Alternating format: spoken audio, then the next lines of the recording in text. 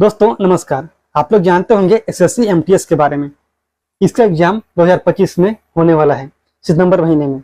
और इसके लिए यानी कि इस एग्जाम के लिए एग्जामिनेशन फॉर्म अभी अप्लाई हो रहा है।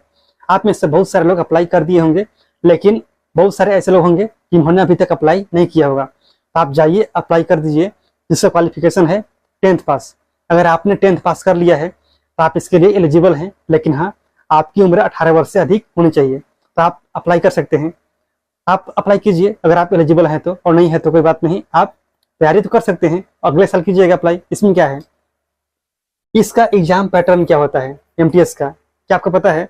अगर नहीं पता है तो हम इसके बारे में बात किए हैं, एक वीडियो बनी हुई है इससे पहले की वीडियो, आप उसे जाइए और देखिए कि क्या है इसका एग्जाम पैटर्न। आपको वहां पर समझ में आएगा किस किस सब्जेक्ट से प्रश्न पूछे जाते हैं और कितना कितना पूछा जाएगा। तो आपको आइडिया लगेगा कि भाई सामान्य ज्ञान का क्या महत्व है इस एग्जाम में, सामान्य ज्ञान से कितने प्रश्न आते हैं और क्या इससे मेरिट बनता है या फिर नहीं बनता है।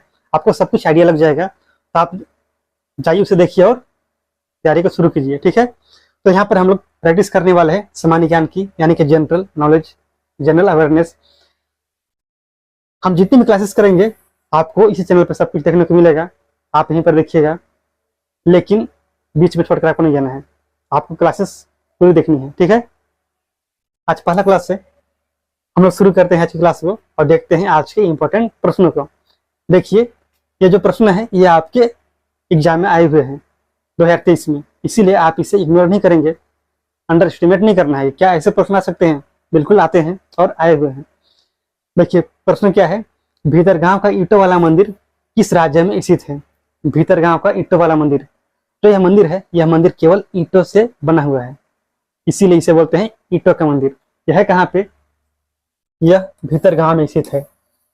उत्तर प्रदेश में एक गांव है जिसका नाम है भीतरगांव, वहीं पर यह मंदिर बना हुआ है। कोई दिक्कत इसमें बिल्कुल नहीं, ऐसे ही प्रश्न आते हैं और आप ऐसे प्रश्नों को कैसे बनाएंगे आपको पता ही है। लेकिन इसके अलावा जितने भी टेम्पल्स हैं, यानी जितने भी मंदिर हैं, उसके बारे में आपको आइडिया होना चाहिए। वैसे हम लोग किसी न किसी क्लास में तो पढ़ने ही वाले हैं मंदिर के बारे में, लेकिन फिर भी आप इतना जान लीजिए कि मध्य प्रदेश में जैसे कि एक शहर है जिसका नाम है उज्जैन। उज्जैन में महाकालेश्वर मंदिर है जो कि बहुत ज्यादा प्रसिद्ध है, आपको याद होना चाहिए इसके बारे में। इसके अलावा अगर हम बात करते हैं उत्तराखंड में, तो आपने नाम सुना होगा बद्रीनाथ, केदारनाथ। तो ये सब कहाँ पे है? उत्तराखंड में है। मतलब जो भी प्रसिद्ध मंदिर है उसके बारे में पता रखना है, बाकी आपको कुछ नहीं जानना है। उड़ीसा में जैसे कि जगन्नाथ टेम्पल पुरी में, पता है आपको? जगन्नाथ यात्रा जब निकला तो उसमें बहुत सारे लोगों की मृत्यु हुई। कैसे हुई? तो भगदड़ की वजह से। लेकिन आपको उन घटनाओं को नहीं जानना है, आपको जानना है केवल उस मंदिर के बारे में कि मंदिर है कहाँ पे। इसके अलावा कोणार्क मंदिर, कोणार्क, आप बोल सकते हो सूर्य मंदिर, जो कि कोणार्क में स्थित है उड़ीसा में। तो ये सब मंदिर हैं।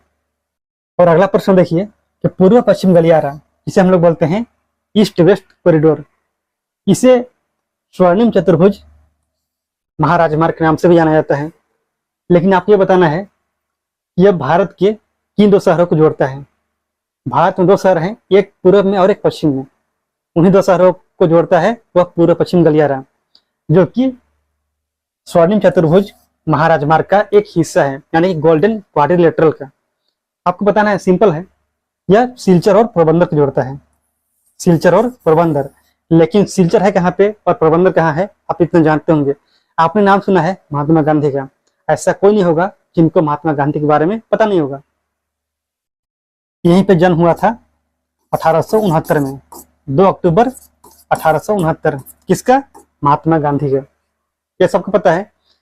यह है कहाँ पे? यह है गुजरात में।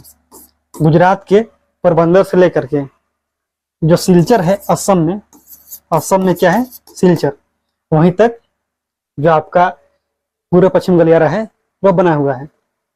लेकिन आप यही बताइएगा जो उत्तर से दक्षिण गलियारा है वह किन दो शहरों को जोड़ता है? आपको कमेंट करना है, ठीक है। तो देखिए अगला प्रश्न क्या है कि निम्न में से किस आंदोलन की शुरुआत बंगाल से हुई थी? अगर आपने इतिहास पढ़ा है तो आप जानते होंगे कि बहुत सारे आंदोलन हुए, बहुत सारे मूवमेंट हुए, लेकिन उसे कोई ना कोई व्यक्ति लीड करता था, यानी कि उसका नेतृत्व करता था और वह कहीं न कहीं से शुरू होता था, यानी कि किसी एक जगह से शुरू होकर के एक व्यापक रूप लेता था वो आंदोलन। मतलब कोई भी आंदोलन, ऐसा नहीं कि पर्टिकुलर कोई एक, सभी। ठीक है, आपको बताना है कि किस आंदोलन की शुरुआत हुई थी। बंगाल से। पता है आपको रामकृष्ण मिशन के बारे में, जिसकी स्थापना हुई थी 1897 ईस्वी में। किसके द्वारा? स्वामी विवेकानंद। इसी आंदोलन की शुरुआत हुई थी कहां से? तो बंगाल से। कोई दिक्कत बिल्कुल नहीं। अगला है सत्य शोधक समाज। इसकी स्थापना होती है 1873 में ज्योतिराव फुले के द्वारा। ज्योतिराव फुले। ठीक है। और प्रार्थना समाज, इसकी स्थापना होती है 1867 में, 1867। किसके द्वारा? आपने नाम सुना होगा केशव चंद्र का, नाम सुना है। इन्हीं के सहयोग से हुआ था। इसमें और बहुत सारे लोग शामिल थे, जैसे कि आत्माराम पांडुकर। आत्माराम पांडुकर। इनके अलावा देवेंद्रनाथ ठाकुर। देवेंद्रनाथ ठाकुर। ठीक है। और कौन थे? और कोई थे? तो बिल्कुल वो थे एमजी रानाडे। एमजी रानाडे। ठीक है। इसके अलावा यहाँ पर देखिए आर्य समाज। इसकी स्थापना होती है 1875 में स्वामी दयानंद सरस्वती के द्वारा। दयानंद सरस्वती। इन सभी के अलावा और बहुत सारे संस्थाएं हैं जिसके बारे में आपको पता होना चाहिए और वहां से प्रश्न पूछे जाते हैं, जैसे कि आत्मीय सभा और बहुत सारी सभाएं हैं। अगर आप पढ़ेंगे तो आपको मिल जाएगा। ठीक है। निम्न में से कौन सा शब्द तैराकी खेल से संबंधित नहीं है? तैराकी कहने का मतलब क्या है? वह है आपका स्विमिंग। इस खेल से संबंधित शब्द कौन सा नहीं है? आप यहाँ पढ़िए breast stroke, back stroke, penalty corner और फ्री स्टाइल। यहाँ पर आपको इसके बारे में, इसके बारे में और इसके बारे में मतलब समझ नहीं आ रहा होगा कि ये क्या है, ये किस गेम का है। लेकिन जो यहाँ पर पेनाल्टी कॉर्नर है, आप इसके बारे में जानते होंगे, क्योंकि फुटबॉल के बारे में हर किसी को पता होता है। तो फुटबॉल में क्या होता है? पेनाल्टी कॉर्नर मारा जाता है, कि आप इतने जानते होंगे। तो यही कैसा आपको ऑप्शन दिखाई पड़ रहा होगा जिससे आप लोग टिक कर सकते हैं, और जो आपका सही भी है। पेनाल्टी कॉर्नर किससे संबंधित है? यह है फुटबॉल से। लेकिन ये जो तीनों हैं, ब्रेस्ट स्ट्रोक, बैक स्ट्रोक और फ्री स्टाइल, ये है तैराकी से, यानी कि स्विमिंग। ठीक है। यक्षगान एक लोक नृत्य है। ये किस राज्य से संबंधित है? बता दीजिए। यक्षगान। यक्षगान ये क्या है? लोक नृत्य। लेकिन आपने सुना होगा शास्त्रीय नृत्य के बारे में, जिसे हम लोग बोलते हैं क्लासिकल डांस। क्लासिकल डांस कितने हैं पता है आपको? पता होना चाहिए। जैसे कि मोहिनीअट्टम, भरतनाट्यम, इसके अलावा कथकली और ओडिसी, सत्रिया, और कौन छूट रहा है आप बताइए, कमेंट कीजिए। मतलब 8 आपके क्या हैं? शास्त्रीय नृत्य हैं। लेकिन बहुत सारे लोक नृत्य हैं। आप शास्त्रीय नृत्य याद कर सकते हो, लेकिन लोक नृत्य को याद करना थोड़ा मुश्किल है, लेकिन असंभव नहीं है, आप याद कर सकते हैं। तो यहाँ पर आप इतने बताइए, यक्षगान है कहाँ का? आप बताइएगा। यह है कर्नाटक का। कहाँ का है? कर्नाटक। कर्नाटक में और बहुत सारे लोक नृत्य हैं जो कि सेलिब्रेट किए जाते हैं, जैसे कि वीरगासे। वीरगासे कहाँ का है? कर्नाटक का। इसके अलावा उम्मत आर्ट और बोलक आर्ट, कुनीता, ये कहाँ का है? कुनीता, यह भी है कर्नाटक का। आपको इस प्रकार से याद रखना है। केरल में अगर आप याद रखेंगे तो आप यहाँ पर याद रखिए कोलकली। देखिए कथकली क्या है? शास्त्रीय यानी क्लासिकल है। मोहिनीअट्टम क्लासिकल है, लेकिन कोलकली वहाँ का एक लोक नृत्य है। इसके अलावा पादयानी, ये कहाँ का है? केरल का ही है। और बहुत सारे हैं, आपको नाम पता है कमेंट कीजिए। अगर बात करते हैं हरियाणा की, तो यहाँ का है फाग। इसके अलावा सांग, ये कहाँ का है? हरियाणा। राजस्थान का आप लोग जानते हैं कठपुतली डांस। इसके अलावा कलबेलिया और घूमर, घूमर, घापाल, पनिहारी, पनिहारी, इसके अलावा गणगौर, जो कि बहुत ज़्यादा इंपॉर्टेंट है, ये सब पूछे जाते हैं। ये सब कहाँ के हैं? राजस्थान, ठीक है। और जितने भी स्टेट्स हैं आप उसके बारे में जानिए, आपके लिए फायदा ही होगा, ठीक है। भारत के नियंत्रक एवं महालेखा परीक्षक के कर्तव्य एवं शक्तियों से संबंधित अनुच्छेद कौन सा है? जिसे हम लोग बोलते हैं CAG। क्या बोलते हैं? CAG, यानी कि controller auditor general of India, ठीक है। तो यहाँ पर आप लोग बताइएगा जो भी इनके पावर्स हैं और इनके जो ड्यूटी हैं, ये सब आपको मिलेंगे कहाँ पे? अनुच्छेद 149 में। कहाँ मिलते हैं? अनुच्छेद 149 में। लेकिन एक आर्टिकल है जो कि है 148। इस आर्टिकल में है CAG का अपॉइंटमेंट्स के बारे में। अपॉइंटमेंट्स, अपॉइंटमेंट स्पेलिंग आता है, ऐसी बात नहीं कि नहीं आता है, हम बता सकते हैं। T हो गया, MENT, ठीक है। अपॉइंटमेंट सही है, अपॉइंटमेंट, ठीक है, यानी कि नियुक्ति के बारे में है। और अगला देखिए, वह है अनुच्छेद 356। इसमें क्या है? इसमें है राष्ट्रपति शासन। राष्ट्रपति शासन यानी कि एक इमरजेंसी है, लेकिन कैसा? मान लीजिए किसी भी स्टेट में अगर संवैधानिक तंत्र फेल हो जाता है, कहने का मतलब क्या है? अगर वहां की सरकार उस राज्य को संभाल नहीं पाते हैं तो क्या होगा भाई? वहां पर राष्ट्रपति शासन लागू हो जाएगा। इसके अलावा आपने सुना होगा 352 के बारे में, आर्टिकल 352। यह भी क्या है? एक इमरजेंसी है, आपातकाल है, लेकिन कैसा? यह है राष्ट्रीय आपातकाल। राष्ट्रीय आपातकाल यानी कि नेशनल इमरजेंसी। मान लीजिए कोई सैन्य हमले हो जाते हैं किसी बाहरी देश से, अब बोल सकते हो अगर राष्ट्रीय सुरक्षा को खतरा है तो 352 का इस्तेमाल होगा। और आपने सुना होगा 356 के बारे में, आर्टिकल 360 आप बोलिए, यहाँ पर 56 नहीं। इसमें क्या है? इसमें है वित्तीय आपातकाल।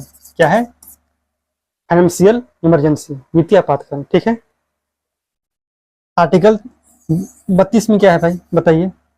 संवैधानिक उपचार का अधिकार।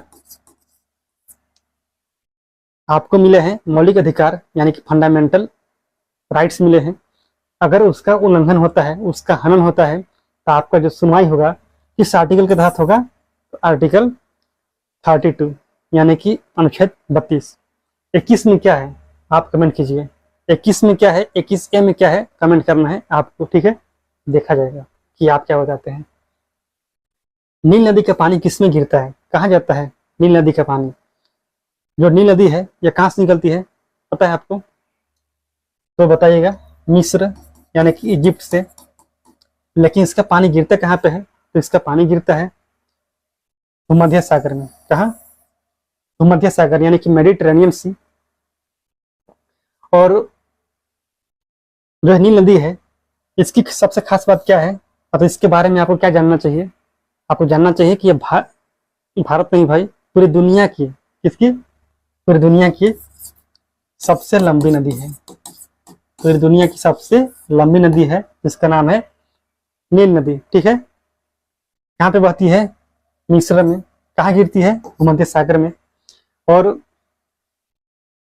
जो झील है तंगानिका, इस झील के बारे में आपसे पूछा जाता है, इससे प्रश्न आए हुए हैं, इसीलिए इसके बारे में जानना ही चाहिए। जो तंगानिका झील है यह है अफ्रीका में। यह नदी भी अफ्रीका में है और जो यह झील है यह भी अफ्रीका में ही है, ठीक है। और हम बात करते हैं इस झील के बारे में, तो आपने नाम सुना होगा सबसे पहले बैकाल झील का। बैकाल झील क्या है बताइए? बैकाल झील, बैकाल झील कहाँ है? रूस में है। यह झील मीठे पानी की सबसे गहरी झील है। दुनिया की सबसे गहरी झील मीठे पानी की, उसका नाम है बैकाल झील। लेकिन बैकाल झील के बाद जो दूसरे नंबर में है मीठे पानी की सबसे गहरी झील, उसका नाम है तंगानिका। यह दूसरे नंबर में है बैकाल के बाद, ठीक है। अगर हम बात करते हैं हिंद महासागर के बारे में, तो जितने लोग भारत में रहते हैं उन सभी को पता ही होगा हिंद महासागर के बारे में। यह है कहाँ पे? और विक्टोरिया झील ये कहाँ है? यह है अफ्रीका में। लेकिन अफ्रीका के किस कंट्री में है? ये कमेंट आपको करना है, ठीक है। अगला प्रश्न देखिए, सिख साहित्य के अनुसार गुरु नानक देव की जयंती भारतीय चंद्रमा की किस पूर्णिमा के दिन मनाई जाती है? गुरु नानक देव, इनकी जयंती बता सकते हैं कब मनाते हैं, किस माह में मनाते हैं? तो वह है आपका कार्तिक। कौन सा है?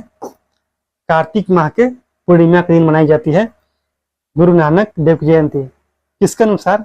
तो सिख साहित्य के अनुसार। ठीक है। किस संस्थान की स्थापना एम.जी. रानाडे और जी.वी. जोशी के द्वारा हुई थी? बताइए। एम.जी. रानाडे और जी.वी. जोशी, इनके द्वारा किस संस्थान की स्थापना की गई थी? तो उसका नाम है भाई, वह है पूना सार्वजनिक सभा। क्या नाम है? पूना सार्वजनिक सभा। लेकिन कब की गई थी, यह भी आपसे पूछा जा सकता है, तो बताना है 1867, 1867 में। लेकिन हम लोग अभी बात किए थे पिछले प्रश्न में कि 1867 में एक और संस्थान की स्थापना हुई थी जिसका नाम था प्रार्थना समाज। क्या नाम था? प्रार्थना समाज। ठीक है। और उसकी स्थापना में एम.जी. रानाडे ये शामिल थे। ठीक है, कोई दिक्कत नहीं है। अभिनव भारत की स्थापना हुई थी 1904 में। कब हुई थी? 1904 में। किसके द्वारा? तो आप लोग जानते हैं वीर दामोदर सावरकर, इनके द्वारा हुई थी स्थापना अभिनव भारत की। और आपको कमेंट करना है कि वीर दामोदर सावरकर इंटरनेशनल एयरपोर्ट यानी कि अंतर्राष्ट्रीय हवाई अड्डा ये कहाँ पे है, किस शहर में है, आप बताइए। और आपको यहाँ पर जानना चाहिए कि जो द बॉम्बे प्रेसिडेंसी एसोसिएशन है, इसकी स्थापना होती है 1885 में। और जो भारतीय राष्ट्रीय कांग्रेस है, इसकी भी स्थापना होती है 1885 में, इन दोनों की।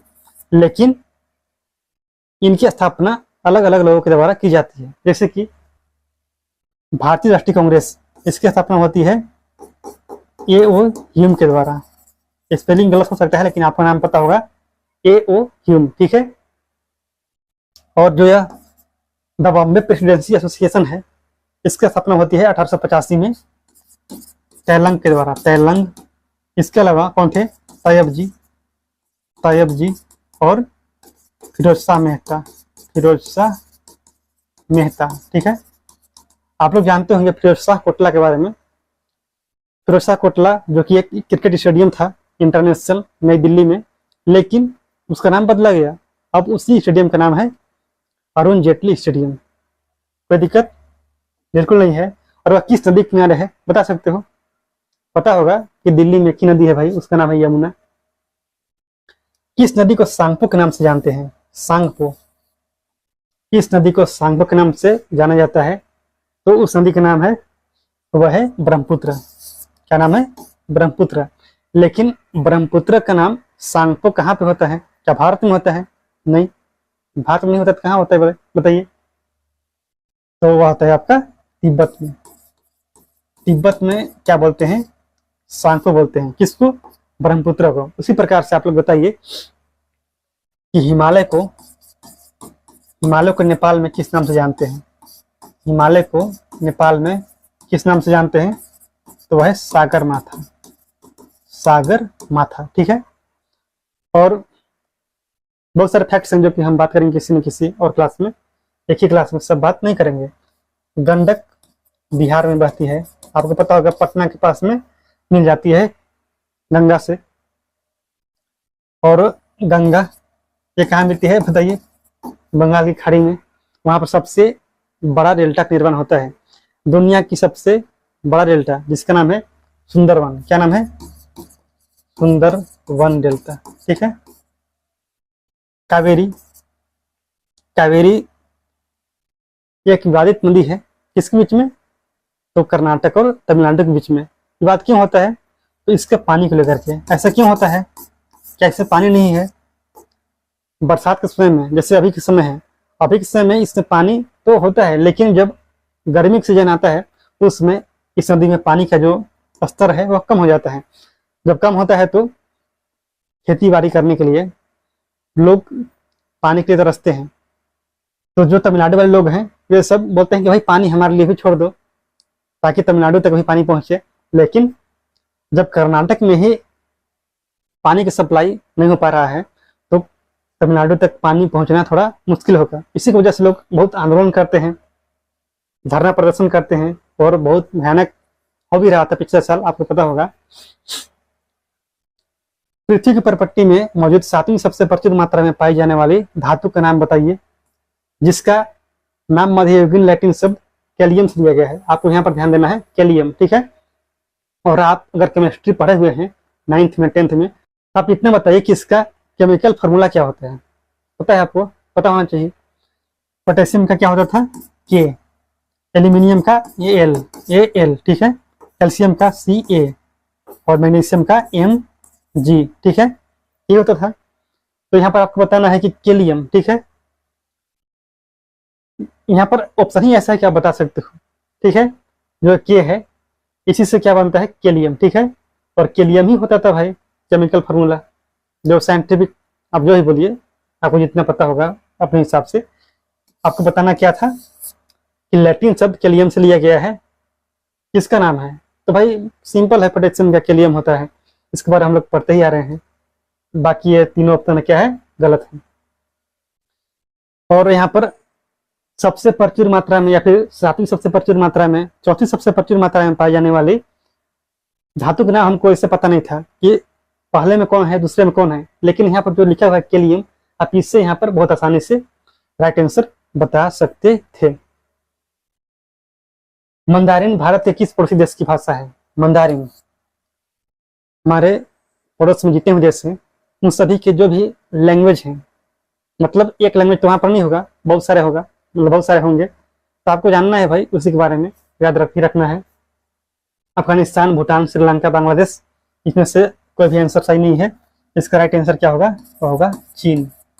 चीन की एक भाषा है जिसका नाम है मंदारिन, ठीक है। और आप जानते होंगे इस समय के कैपिटल के बारे में। कैपिटल तो आपको पता होगा, ढाका। ऐसे ऐसे प्रश्न है तो क्या थोड़ा इंटरेस्ट भी कम आता है। श्रीलंका कहाँ पे है? कोलंबो। वैसे भी आप जानते होंगे कोलंबो में ही एक छोटा सा एरिया है जिसका नाम है श्री जयवर्धनेपुरम कोटे। क्या नाम है? श्री जयवर्धनेपुरम कोटे। आप लोग जानते हैं उत्तराखंड के बारे में, उत्तराखंड का जो राजधानी है वह बदल जाता है विंटर में और समर में। उसी प्रकार से आप लोग जानते होंगे असम के बारे में, कि असम में एक शहर है जिसका नाम है दिसपुर। दिसपुर भी है, वहाँ पे गुवाहाटी है जो सबसे बड़ा शहर है।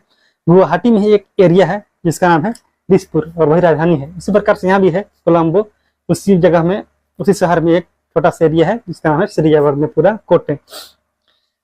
भूटान के थिम्पू, और अफगानिस्तान का काबुल, और चीन का कहाँ पे है? चीन का बीजिंग, ठीक है। कोई दिक्कत? बिल्कुल नहीं है, कोई दिक्कत नहीं है। तो आगे बढ़ते हैं। 15 अगस्त 1947 को भारत के पहले पीएम नेहरू जी दिल्ली के लाल किले के किस गेट के ऊपर राष्ट्रीय ध्वज को फहराया था? 1947 में। Kashmiri gate, Ajmeri gate, Lahori gate और दिल्ली गेट। बताइएगा लाहौरी गेट, इसमें कोई कंफ्यूजन होना नहीं चाहिए, ठीक है। आप कमेंट कीजिए कि नेहरू जी को भारत रत्न से सम्मानित कब किया गया था? 1954 में या फिर 55 में? आपको इतना बता दिया गया है, अब बताइए 54 या फिर 55? रानी मछैया एक लोक नृत्यकी है जिन्हें 2023 में पद्मश्री से सम्मानित किया गया था। बताइए कौन सा वह डांस है, किस डांस के लिए? तो आपको पता होना चाहिए कि यह किस राज्य से बिलोंग करते हैं। तो वह है कर्नाटक। कर्नाटक में कौन कौन से लोक नृत्य होते हैं पता है आपको? इसमें से कौन सा है कर्नाटक का? अभी हम लोग पढ़े थे उम्मत आर्ट के बारे में। उम्मत आर्ट, बोलक आर्ट, वीरगासे, गुनीता, ये सब कहाँ के हैं? यक्षगान, कर्नाटक के। तो इसी डांस से संबंधित हैं रानी मछैया। लंबाडी, ढीमसा और गुसाडी, ये तीनों कहाँ के हैं? यह है आंध्र प्रदेश और तेलंगाना का, ठीक है। आप बोलोगे कि कहाँ का है, आंध्र प्रदेश का है या फिर तेलंगाना का है? तो आप लोग जानते हैं कि आंध्र प्रदेश और तेलंगाना पहले एक ही था, 2014 में अलग हुआ है। तो इसका मतलब ये है कि जो डांस आपको मिलेगा आंध्र प्रदेश में वो आपको तेलंगाना में देखने को मिलेगा, जो आपको मिलेगा तेलंगाना में वो आपको आंध्र प्रदेश में भी देखने को मिल जाएगा, ठीक है। क्योंकि कल्चर की कोई बाउंड्री नहीं होती है। जैसे आप मनाते हैं दिवाली, तो क्या दिवाली केवल आपके यहाँ मनाया जाता है? जैसे आप लोग जानते हैं कि दशहरा कहाँ का पर्व है? पश्चिम बंगाल। तो क्या वहीं पर आपको मिलेगा दशहरा? नहीं, उसके आसपास जो भी क्षेत्र हैं वहां आपको दशहरा देखने को मिलेगा। सिंपल सी बात है। इनमें से पश्चिम की ओर बहने वाली नदी कौन सी नहीं है? देखिए, पश्चिम की ओर बहने वाली नदी कौन सी है या फिर नहीं है? सिंपल है, कावेरी पूरब की ओर बहती है। क्यों? बंगाल की खाड़ी में जाकर गिरती है, अब इतना जानते होंगे, तो पूरब की ओर बहती है। और इसे पूछा क्या है कि कौन सी नदी नहीं है? भाई सिंपल, यहाँ पर आप इसे टिक कीजिए, आपका राइट आंसर है। क्यों? नर्मदा खंभात की खाड़ी में गिरती है, ताप्ती ये भी, और माही ये भी गुजरात से होती हुई बहती है। तो भाई सिंपल है कि इसमें ये तीनों बहने वाली है पश्चिम की ओर, लेकिन एक है पूरब की ओर बहने वाली। तब राइट आंसर कौन सा होगा? यही होगा। तो इसी प्रकार से हम लोग प्रैक्टिस करेंगे सामान्य ज्ञान की आने वाले क्लासेस में। इसीलिए आप इस चैनल को सब्सक्राइब कीजिए और रेगुलर हमारे साथ जुड़िए और अपना सामान्य ज्ञान का जो लेवल है उसे इम्प्रूव कीजिए।